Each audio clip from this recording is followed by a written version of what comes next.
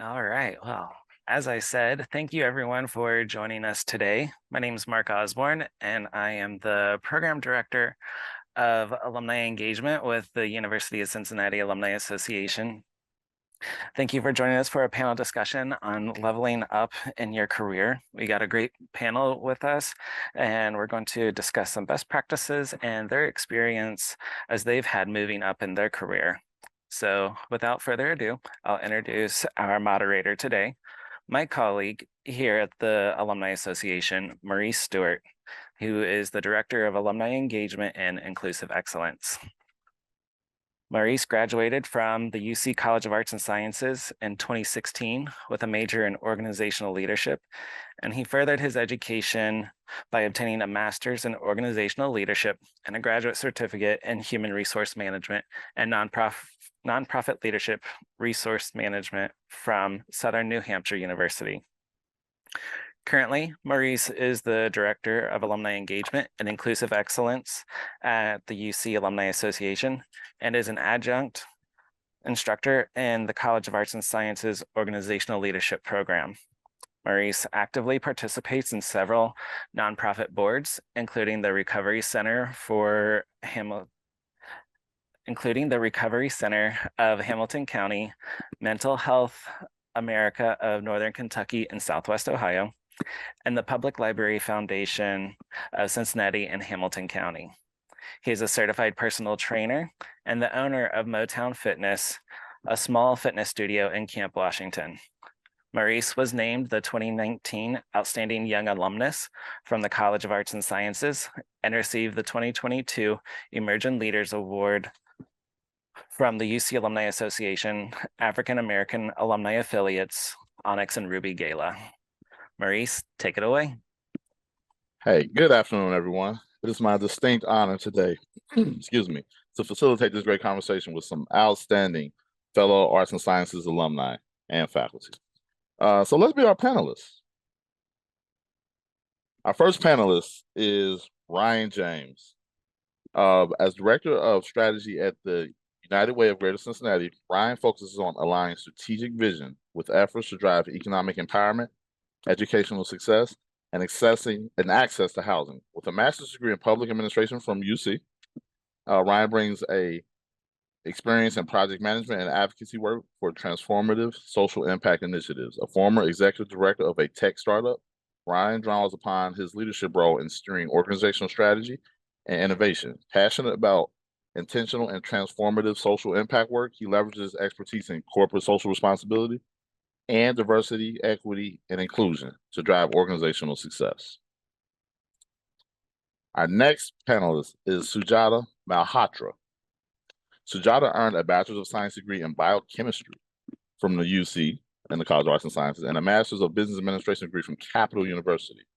With 25 years of experience in the food and beverage ingredient industry, she was recently promoted to President of the Americas for Sethness Roquette after previously having been the company's head of sales and marketing. She has also held various leadership roles at Ingredient Incorporated, Treehouse Foods, and Cargill. Sujata is on the board for the Candy Production of Chicago, serving as president, and is a member of the Dean's Advisory Board for the UC College of Arts and Sciences. She is a graduate of the She-Suite Leadership Institute. Welcome, Sujata. Our next panelist is Mark Kuhlman. Mark graduated from the College of Arts and Sciences in 1982 and 1984 with a bachelor's and master's degree in German studies and Germanic literature, respectively. His background includes 40 years in technical industrial sales. He's held numerous positions at Richards Industrials from 1984 to 1996, including roles where he has led teams working nationally and internationally.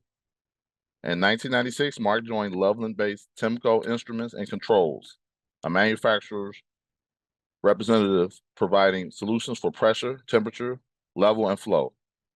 Customers including GE, Duke Energy, Dow Chemical, and Eli Lilly. Mark's journey at Temco started in sales, and he has since become the president of the company and a member of the ownership group. Mark and his family are all proud UC graduates, and he currently serves on the Dean's Advisory Board for the College of Arts and Sciences. Welcome, Mark. And finally, Dr. Donna Chrobot-Mason. We are honored to have you, Donna. Donna Chrobot-Mason from the Warren Bennis Leadership Institute joins us today. Donna Chrobot-Mason is an associate professor of psychology, the academic director of the Warren Bennis Leadership Institute, and a director of UC Women Lead at the University of Cincinnati. Donna earned her PhD and master's degree in applied psychology from the University of Georgia. She teaches undergraduate and graduate courses in human resources, diversity, and organizational leadership at UC. Donna has published articles in the Journal of Management, Leadership Quarterly, International Journal of Human Resource Management, Journal of Organizational Behavior, Group and Organizational Management, and the International Journal of Conflict Management. She serves on the editorial board, review board for the Journal of Management and the Journal of Business and Psychology. Her book, Boundary Spanning Leadership, 6 Practices for Solving Problems, Driving Innovation, and Transforming Organizations, was published by McGraw-Hill professionally in 2010. Over her 25-year career, she has consulted with many organizations, developed a variety of leadership development tools and workshops, which I actually use as her textbook in one of the courses that I teach, and built extensive experience as an educator and facilitator. Since 2021, she has been a member of the board of directors for Lead Beyond. All right. Thank you all for joining us today. We're excited to learn from you all and how you leveled up in your career. Moving from mid-level management to senior level roles can sometimes be tricky. So we're moving to the questions. And I'll start with you, Sujata. How was your time at UC and your degree prepared you for leadership roles? And I'll popcorn this around to, Sujata, then Mark, then Ryan, and then Donna as a faculty member. Hi, Maurice, and thank you, first of all, for having me today, and thank you for all those of you who joined today for being here. So I have a degree in biochemistry from Arts and Sciences, and I remember being in school and going through those exams and wondering, how is this going to help me in the future? Like, I really don't know. And of course, your degree takes you to certain places, it opens certain doors for you. But what I like to think of, what I took away really from UC and going through those 4 years of painful labs and chemistry exams and physics and all of that, is all of the other skills that I took away with me. When I think about, going through labs and running around trying to get my laboratories done on time and get the finished product, I learned how to multitask. I learned how to manage my time.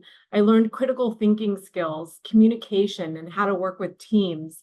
And then putting PowerPoint presentations together and presenting and being nervous about it and getting comfortable in your own skin.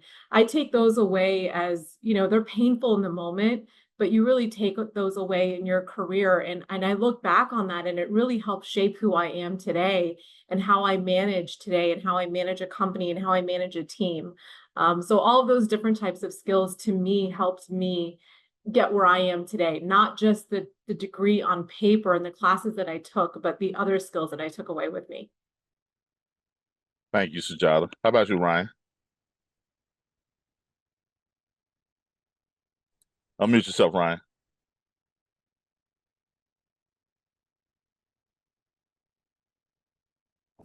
I just said introduce yourself. I was like, oh, you already did.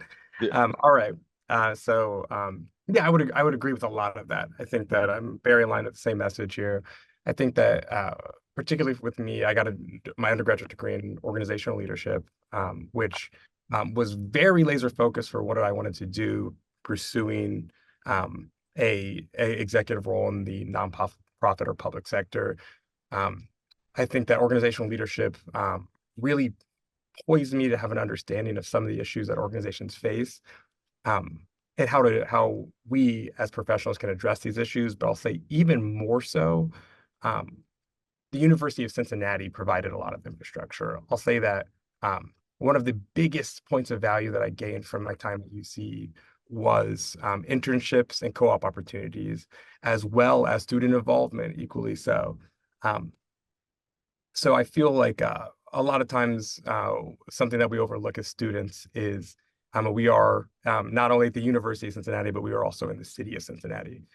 And that's such a rich powder keg of opportunities to network, to make relationships, to meet people, to gain experience. And I think that that paired with the flexibility that the organizational leadership program gave me to take things like night classes, take more credit hours some semester than have lighter loads in other semesters. Things like that really poised me to gain work experience and interpersonal skills that I think were really that trampoline as I joined the workforce full time.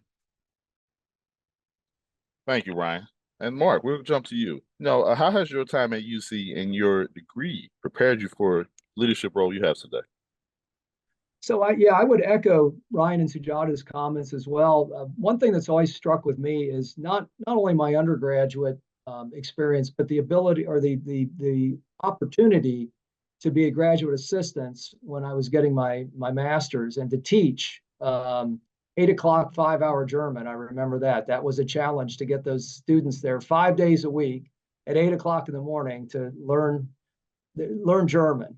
And the ability to interact with people who weren't all that younger than I was at the time, and to convince them why it was important and why they should stick with it is something that I was able to take into my career in sales. Also learning to listen, which I think is a critical thing for leaders. When I got into sales, someone told me, the good Lord gave you 2 ears and 1 mouth. Use them in that proportion. I'm sure you've heard that before, but that's something that I still think about every day. So those things were a big part of my journey at UC, and fond memories, and gave me a good grounding. Awesome. Thank you, Mark. And Dr. Chrobot-Mason, as a tenured faculty and as a leader of the Warren Bennis Leadership Institute, you've actually has a long career and a subject matter expert in leadership, organizational leadership, so on and so forth. How has tell us about, you starting out, your first degree and preparing you for the leadership role you hold today.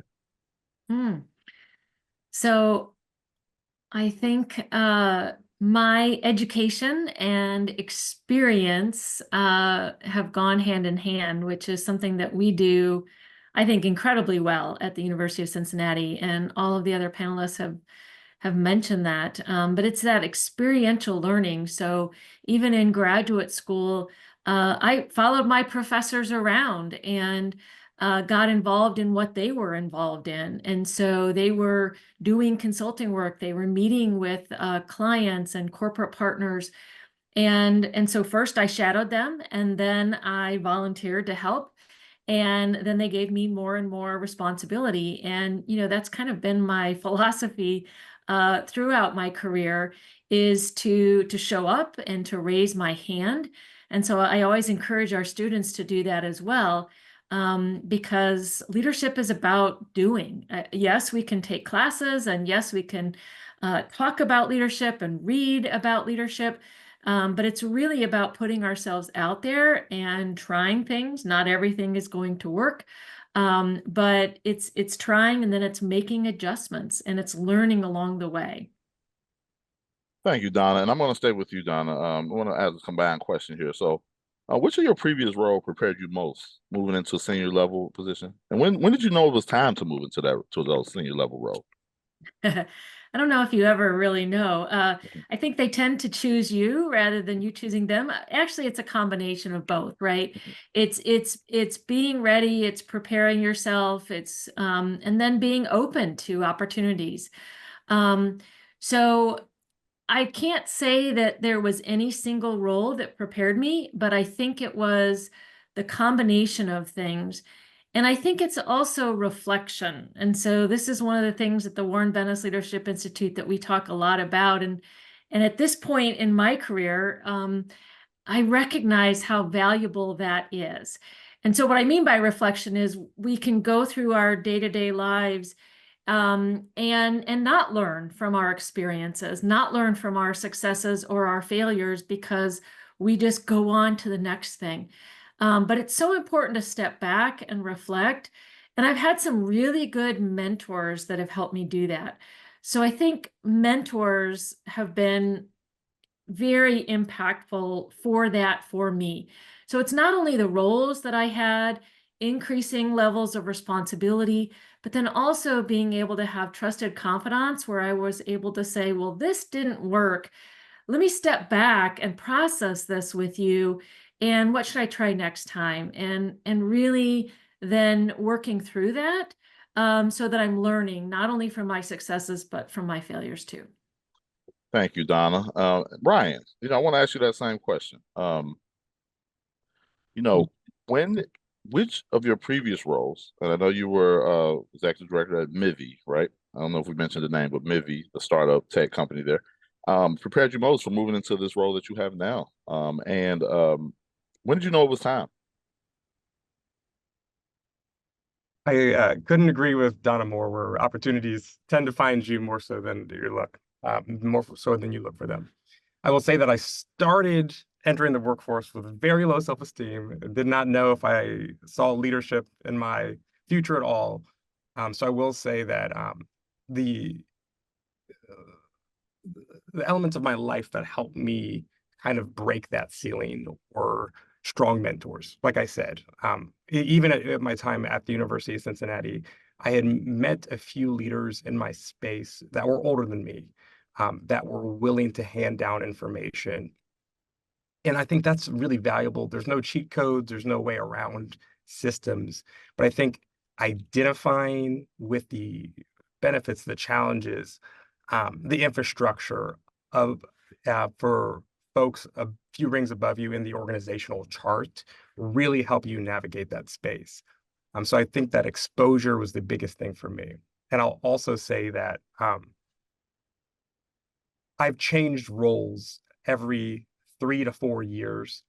And I think that's research shows that the best way to improve your salary as well as improve your job description is actually changing roles. I would really challenge people to not be afraid to architect their own future.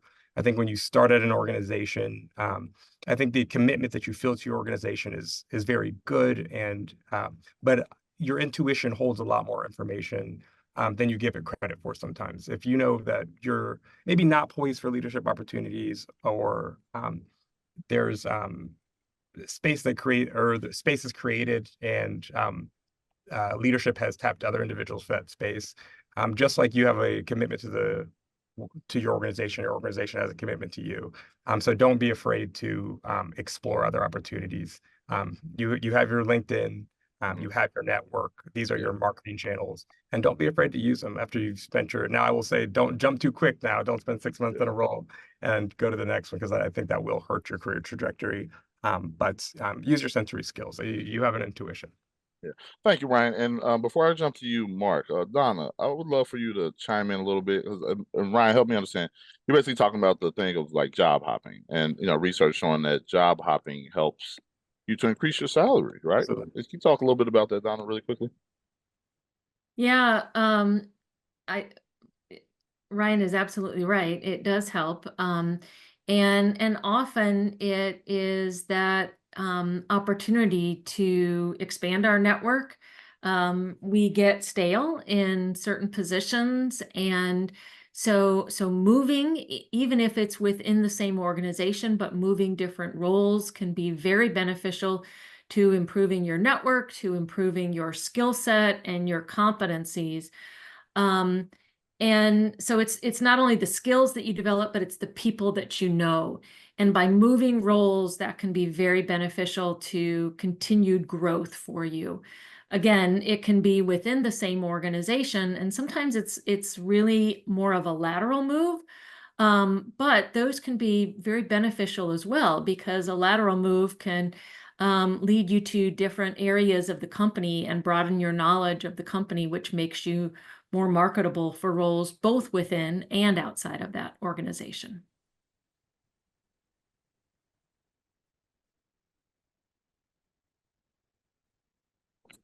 Sorry about that. I was muted. Yes.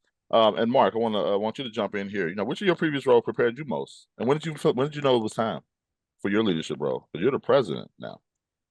Well, yeah, that's because I drew the short straw amongst my partners. So I didn't expect to get into the ownership of the rep business. I spent 12 years with a manufacturer. I was very blessed to come in knowing nothing and have the ability to, given the opportunity to work hard, learn the business, learn from, Ryan mentioned mentors. That was, 100%. I mean, mentors going back to my professors at UC, both undergrad and in grad school, mentors at Richards, including the owner of the company. It was a non-virtual world then in my early career. So I was blessed to be shoulder to shoulder with these people every day, and a lot of exposure, which led to opportunities. So my philosophy was to put my head down and work hard. And someone said, "Hey, we need this solved," I'd say, "Well, I'll give it a try." And I think, to what Ryan said, I think in the 12 years there, I think I did have maybe 4 or 5 different positions, none of which I recall seeking at the time. And then when I went into the rep business, it was really an opportunity for me to get back to my roots, just straight selling, which I liked, working directly with customers. And then that led into ownership group opportunities. So yeah, I think they found me, and I was just there trying to be ready and not really knowing what the next step would be. No.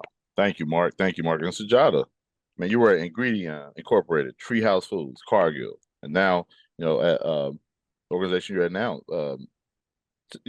Tell us, when which of those roles prepared you most for this level role you have now, and then when did you realize it was time to move up? So for me, I relate to all these comments. I agree. I think 4 years is really the sweet spot, before it's time for you to move on to a different role, and not necessarily job hopping. One of the benefits that I had, and that people will have with working for larger corporations sometimes, is that it gives you the ability to navigate within the company. And at Cargill, I was able to move from a quality role, which was, very internal at the manufacturing facility, to a customer-facing technical services role. And that's after I got my MBA. And then from there, move into sales. And that's not your typical career path for someone who graduates with a degree in biochemistry and starts in a lab. And so really utilizing the companies that you work for and creating that network, again, with the mentoring network. My mentor at Ingredion was our chief commercial officer. And so that exposure just really gave me a lot more visibility within the company, to where they saw me as being an up and coming leader. And so I got to participate in different types of programs like the She Suite program, which gave me so much more confidence in what I can do. And I think that's a lot of it is also confidence, and knowing, am I ready? Like, you question yourself, like, am I smart enough? Am I a leader? Will people look up to me? Will I make the wrong decisions? And you question yourself a lot. So really it's taking a step back and seeing how your performance is. I started having more mindsets of strategy and thinking, what should our team be doing? What should the strategy of our team be? What should the goals be, short-term and long-term? And thinking along those lines. Once I was thinking in that, in that realm, I realized, okay, I'm ready to manage a team. I'm ready to move up and create a vision for people and be that leader for people and help guide them and mentor them. And I think a lot of managers go into it for, you make more money, you get to manage people, you get to say, hey, I have a team of 5 people, but managing people is work, and it really takes dedication. And when you grow your people, you make them successful, but you also become successful and learn more and more, and you can take on then more and more responsibilities, and then ultimately, run the company, or, be that ultimate leader that everyone looks up to. So I look at it as all of my roles have contributed to where I am today. And in that evolution, I was able to understand when I was ready to make that jump into the next step. Great. Thank you, Sujata. So what about barriers? Did you face any barriers, Sujata? Absolutely. All along the way. Unfortunately, I had to fight for the roles that I have. Actively apply, actively seeking mentors, and different types of training. And I had to leave companies, unfortunately, companies that I love, because I felt like I wasn't getting where I wanted to go. I left Cargill, because I had asked for more responsibility. I had asked for how I could get to that next level. And there was no clear path for me. And then, with some of these corporations, you're also, the larger the corporation, the more competitive it is, the more people you have. And so if you don't have those connections, and other people do who may, have the same or even a less of a skill set, they may go further than you. So I ended up leaving Cargill and Treehouse. You also have to look at who you're working for and if you are a fit for that company and their leadership team. And for me, we all face challenges, and for me, diversity is a huge challenge for me. And when you look at the management of a company and you don't see anyone that you can relate to, even as a mentor, that's when you say, okay, maybe this isn't the spot for me. I haven't been able to break through anything. I'm not getting any guidance. I'm not seeing people like me get to that level. So where do I need to go where it's going to be a better fit for me? And that's where I went to Ingredion. And I was able to learn so many skills and create a network and create a mentorship, and really, really gain different types of experience. And that's really where I was able to propel up, because I had the opportunities, I had the openings to do that. But I faced so many challenges in an industry where, it was very family run, the same sort of people, in sales and in marketing. It's hard to break through. It's when you're on the outside. Yeah. And so you just have to continue to know your worth and know what you can do and build on your skills. Thank you, Sujata. Thank you for that. And Ryan, I'll jump to you. Were there any barriers you faced, as you leveled up? It's been a dogfight, Maurice. It's been crazy out Okay. here. Okay. Barriers, I think, is a word that means a lot to me, particularly because of the time I spent in diversity, equity, and inclusion. But I don't want to focus just on discrimination, because I don't think those experiences are going to translate to everyone. Although I do want to make space for those experiences, right? Because they bring value. I will say that when it comes to barriers, I think that one barrier that I can speak to, that I feel a lot of people can probably relate to here, is my age. When I started a role as executive director of a tech startup, I think I was 23 years old, 24 years old, which was so I can tell you in 90% of the rooms that we went into, I was some kid, right? And I think that I had experience. I had experience in the expertise in the product that we were trying to solve. I think that I had some expertise that transcended industry, which made me the right pick for that role, the right time. But I will say that in terms of overcoming these barriers, which is more important, I feel like, than just simply addressing them, I will say that education has been my sword. I went directly through after my undergraduate degree and got my master's in public administration. At the same time that this entire time I was working full time and taking classes full time. So every night of the week I had 6 p.m. to 9 p.m. classes, which was obviously hellish. At the same time, I actually got my diversity, equity, and inclusion trainer certification from Cornell University. I knew I was very fortunate to be in a leadership role at a young age, and I knew that I had an obligation to prove to the rest of the world first, but more importantly, myself, that I was ready for this role, and absorbing as much information that I can was an imperative when I was going to walk into rooms that represent our organization, right? Especially in an executive director role, when fortunately or unfortunately, your face means a lot, and it's not only what walks into the room in terms of our product and our pitch, but who walks into the room. So I will say that education has been my sword, and something that has also helped building off this education point is I'm a firm believer in falling in love with your craft. Whatever it is, whatever your unique passion is, when you architect your career, I think if you go in that direction, whatever you find yourself, when you look up from your computer and everybody left at 5, but at 6 p.m., but you like to do that work, I think you'll always go a bit further with a bit less resistance and face less barriers, because you are living and breathing your craft or your profession, juxtaposed in to forcing your brain to do it, or cranking out long hours, and we all familiar with the experience of it's 4:45 and we just want to go home, or like, Right. and I think that anytime you can put yourself in the path of least resistance with you and with your passion, I think you're always going to tend to go further. No, thank you, Ryan. And Donna, I've seen you shaking your head a few times. And Donna, I would, from your angle, want to say, could you share about any barriers you may have faced getting kind of level up? And then also, what advice would you give as a subject matter expert in regards to, barriers that one might face when trying to, improve their titles? Yeah, I've worked with a lot of young people over the years and a lot of aspiring leaders. And I think confidence is pretty universal. And so Ryan spoke to this. And I myself have had to overcome perceptions of a lack of confidence that I have in myself. Certainly there are structural barriers, but let me focus on more of the internal barriers for a moment. There's something called imposter syndrome in the literature. I don't know if you've heard of that, but the idea is that we all experience feeling like an imposter in some role.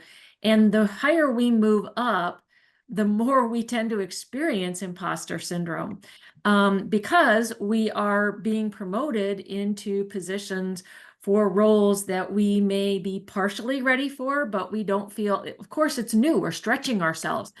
And inherent in those stretch roles means a certain level of discomfort. So imposter syndrome and moving up, leveling up, go hand in hand. So what do we do about that? So I try to talk to my clients as well as the students about, first of all, recognizing when imposter syndrome is starting to grab hold of you. And then really working to recognize and normalize imposter syndrome. We all feel that way. The best of the best of the best feel that way at times. And so what do? We don't let that stop us. Mm-hmm. We recognize where that is when we are experiencing it. And I especially loved, I wrote down, Ryan, education has been my sword. Mm-hmm. That's how we overcome imposter syndrome as well. We lean into that education, we learn from other people, and that confidence will grow over time. No, thank you, Donna. And then Mark, finally, were there any barriers for yourself? Probably what Ryan said sort of resonated with me. Being I was young. I mean, I was the youngest one. Mm-hmm. So, I felt like people were looking at me and, what does this kid know? He doesn't even have a technical background. So I sort of plunged in, and I guess education, learning about all these new technical products was my sword, and trying to make sure that I could do it better than anybody else. That's what sticks in my mind. Yeah. Just and having that doubt, saying, well, why would they offer this to me? I'm 23 years old. I'm 24 years old. What do I know? These people are in their 40s. Mm-hmm. But those opportunities came. Yeah. Yeah. No, thank you, Mark. And then, one final question before we go into, we got a question from the audience. But, I'll stick with you, Mark. What advice would you have for those who are feeling stuck in mid-level management and are trying to break into senior level roles? Yeah, I mean, that's a tough one for me. I've only had 2 jobs, so 2 different companies. But I would say when I made the change to get into the rep business after 12 years, I probably did feel stuck. And I felt like maybe this is a good time for me to take the next step. I didn't know at that time that there would be a chance for ownership, but that probably was in the back of my mind. The opportunity to work for myself after working for a company. And I would say, don't be afraid to take a reasonable chance if it looks like something that you feel prepared for. I think chances are good that it could work out. Well, thank you, Mark. Sujata, what advice would you give? I would say, number one is to really ask yourself if you're ready. And a lot of times people think, I've put in a certain amount of time in a job. I've been here, doing this for X amount of years. I deserve to be promoted. Do you deserve it or did you just put your time in? Like, have you truly earned it? Are you better than that next person, who's at the same level as you? So, and if you really look at your skill set and say, yes, I'm experienced enough, then what I actually did was I asked my boss, I said, what do I need to do to put myself in a better position when an opportunity opens up to make sure I get it? And we had that discussion, and I had action items, and I did all of those. And it happened after actually my boss had retired, when I had gotten to that next level. But all of those things that I did to prepare really helped me and get feedback from leadership. So having that dialogue and that communication, and then also expressing to your boss, to your management, of what your goals are. So typically, companies, they should be asking you, what is your 5-year goal? And really think about where you want to be. Do you want to be a people manager? Are you the right person to be a people manager, and be able to put a vision together and a strategy together for your team, and start setting specific goals to get there? So that's what really helped me feel, more confident when I got stuck. And then, if you still can't get beyond that at your current organization, then saying, is this the right place for me? Thank you, Sujata. I'm gonna jump to you, Ryan. Any advice you would give? Yeah, I would. I would say that, Sujata, very similar to your point. I think that moving up in the organizational chart is not a government issue. No matter how many, if you put in 10, 20, 30 years, you'll work roles and you'll work with peers that have spent their entire life in that chair and that role at that desk. That is certainly an accolade, and I hope these individuals are celebrated accordingly. But a lot of times there's a mechanism where you just kind of think that, oh, I put in my time, I'm owed more, right? In order to traverse to a higher role in your organization or another organization, you need to create leverage, right? You need to say, I'm here, but I deserve to be here. And I think in order to do that, you need a demonstrated track record of being able to solve the problems that the individual in this role faces, which is like ironic, right? Because you're like, I'm here, like I want to be there, right? So I think that so my advice connected to this will be, it sounds a little broad, but I'll narrow in. I would say that first and foremost, your biggest enemy is your couch. I will say that your dorm room, your apartment, your house, every single time that you have the opportunity, should I do or not do? The answer, ding, ding, ding, ding, ding, should be do, right? You need to stay out of your comfort zone. I'll say that that's just a lesson in life. Most people, if you like have been married or you have a serious partner and you think about, oh, how would I meet them or how would I get into this situation to be connected? A lot of folks will have very, very serendipitous stories of you were at the right place at the right time. And growing your network and growing your skills works the exact same way, right? When there's a employee resource group happy hour that with your specific affinity group, attend, show up. When you see a way for a community organization, even if it's not pertaining to work or trivial, just do. Because I will say that so many times when I have met mentors or made connections or found experience, maybe even sometimes that experience comes from even volunteer experience, I've been able to traverse through maybe gaining leadership experience or meeting the right person in those spaces. So I'll say that always do, but know that you're always trying to make a very specific argument that you are a people, either some demonstrating more expertise in your space, or you've equipped to be a people manager. And the way to do that is not always just input more years in your exact role, right? You need to architect something outside of the box. Thank you, Ryan. Thank you, Ryan. And then finally, Dr. Chrobot-Mason, what advice would you give for those feeling stuck? I would just add to find somebody that you admire and respect who is doing what you want to do in the future. So you can learn a lot, and that person can help open doors. I often have students say to me, or young professionals say, well, how do I find a mentor? You don't go up and say, will you be my mentor? Because most people will be scared away by that. I certainly am. But what you do is you say, oh, can I buy you a cup of coffee? Can I pick your brain about your professional path for 15 minutes, and you start small. Then sometimes you may say, hey, what can I do to help you? Or volunteering. I have gotten a lot of leverage by volunteering and showing what I can do for people. And so once you make those connections and you find people that you admire, then you begin to let them know. As other people on this panel have said, you sort of put it into the universe. Hey, this is what I want to do. This is the role that I want to be, or I want to be where you are someday. And people will begin to start looking out for you as well. No, thank you, Donna. Thank you, Donna. And we're going to move into the Q&A questions. From one question we have, moving up into the hierarchy. Anyone can take this, so feel free to jump in. But moving up the hierarchy of the corporation, what skills are required expect from someone who started or is in mid-level position? Anyone? A few. Oh, sorry, I jumped in front of you. No, go right ahead, Ryan.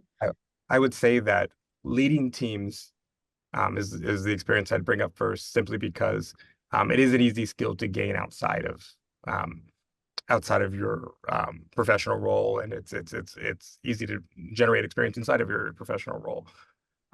Understanding that you can work with a team of people, demonstrate influence, demonstrate respect. You are logistically sound. The group that you've involved yourself with speaks highly of you, and they feel like their expectations have been mitigated. They understand what's happening next. They understand what's expected of them in their roles as non-leaders in whatever work group that you're participating in.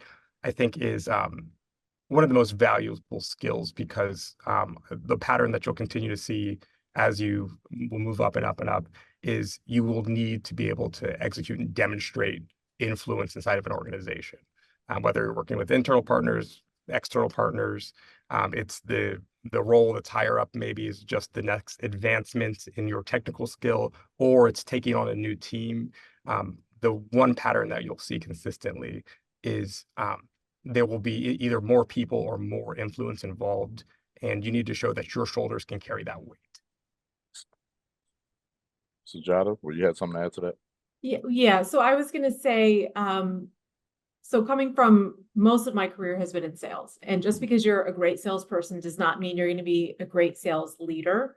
And so you have to remove yourself and say, okay, what makes this person, if you have a great sales leader that you can look at and see what their skill set is, what makes them great? Because selling is different than directing a sales team. You have to think about the strategy. You have to think about the customer relationships and who's the right fit on the team, and hiring people and mentoring them and looking at their performance and looking at sales figures and financials. So it's a completely different realm of responsibility. And it's not just if you're doing a really great job of what you're doing today, that means you can just go to that next level and you'll be fine there too. There's so many other skills to learn. So what are those other aspects of the job that you don't currently do today, and how can you get access to get that experience? Awesome. Thank you, Sujata. Another question in the chat. Any advice for someone wanting to start their own business? Maybe Mark, you maybe have some. We purchased an existing business, so I guess start a business, find a need that you think you can address out there in the market. That's an easy thing to say and a hard thing to do, but there are many everyday people opening businesses with ideas that I never would have thought of. That would be my 2 cents on that. Thank you, Mark. Anyone else? And kind of that next step with building a team, I'd say that when you're working with small teams, especially if you are leading the hiring process, find someone, understand yourself deeply, understand what you're really not good at, and find someone who's really good at what you're not good at. When we had launched the startup, we had a very similar personality indexes for the folks who started the team, and we found out very quickly that that's a recipe for failure. So the next hiring push was completely focused on opposite individuals, and then that's the first time that we actually caught momentum as a team is when that one assignment or that one thing is like, even as basic as like communications or email, or public speaking, that thing that makes you go, oh, don't want to do that. Your organization will suffer because that's not your point of expertise or passion. Awesome. Thank you, Ryan. And if anyone else on the panel doesn't have anything else, I'd like to thank you all for your time and sharing your expertise with us today. I want to hand the floor over to Donna to talk a little bit more about the Warren Bennis Leadership Institute, and then Mark will close us out. Donna?